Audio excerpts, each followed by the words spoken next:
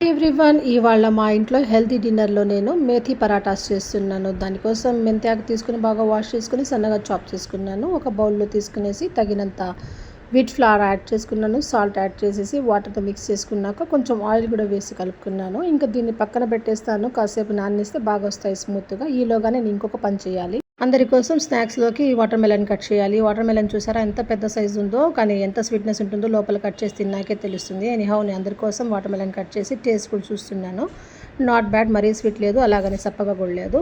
ఇది తినేసినాక నేను ఇంకా నెక్స్ట్ ఇందాక కలిపి పెట్టాను కదా మెంతి పరాటా కోసము, చపాతీస్ కోసము, దాని డోర్ని కొంచెం నేను ప్రెస్ చేసి బాగా సాఫ్ట్ చేసేసి ఈక్వల్ పోర్షన్స్లో ఇంకా బాల్స్ అయితే చేసుకున్నాను. దీన్ని ఏం లేదు, ఇంకా రోల్ చేసేసి మనం ఒక ఫ్రై చేసుకోవడమే. ఇలా చేస్తే కనుక ఈ రెసిపీకి మనం ఇంకా ఎక్స్ట్రాగా ఏవి మనం కర్రీస్ అవి లేకపోయినా బాగా తినేసేయచ్చు. టేస్టీగా ఉంటాయి ఇవి. కానీ మీ దగ్గర ఏదైనా పచ్చడి, టొమాటో పికిల్ అలాంటివి ఏమన్నా ఉంటే సైడ్లో కొంచెం పెట్టుకుంటే కూడా చాలా టేస్టీగా ఉంటాయి. సో ఒక మేథీ పరాటా అయితే చేసేసాను. ఒక పక్క ఫ్రై అవుతూ ఉండగానే ఇంకొకటి కూడా నేను రోల్ చేసుకున్నాను. ఇది ఘీ వేసుకొని కాల్చుకొని లేదా ఆయిల్ వేసుకొని చాలా టేస్టీగా ఉంటాయి. డయాబెటిక్ పేషెంట్స్కి ఎంతో మంచి ఆప్షన్ ఇది. సో ఇలాగైతే ఒకసారి ట్రై చేయండి. అప్పుడప్పుడు ఇలా మారుస్తూ తింటా ఉండండి. నేను దీనికి తోడుగా ఏం పెట్టుకున్నాను చూడండి, చికెన్ లెగ్ పీస్ తెచ్చుకున్నాను బయట నుంచి.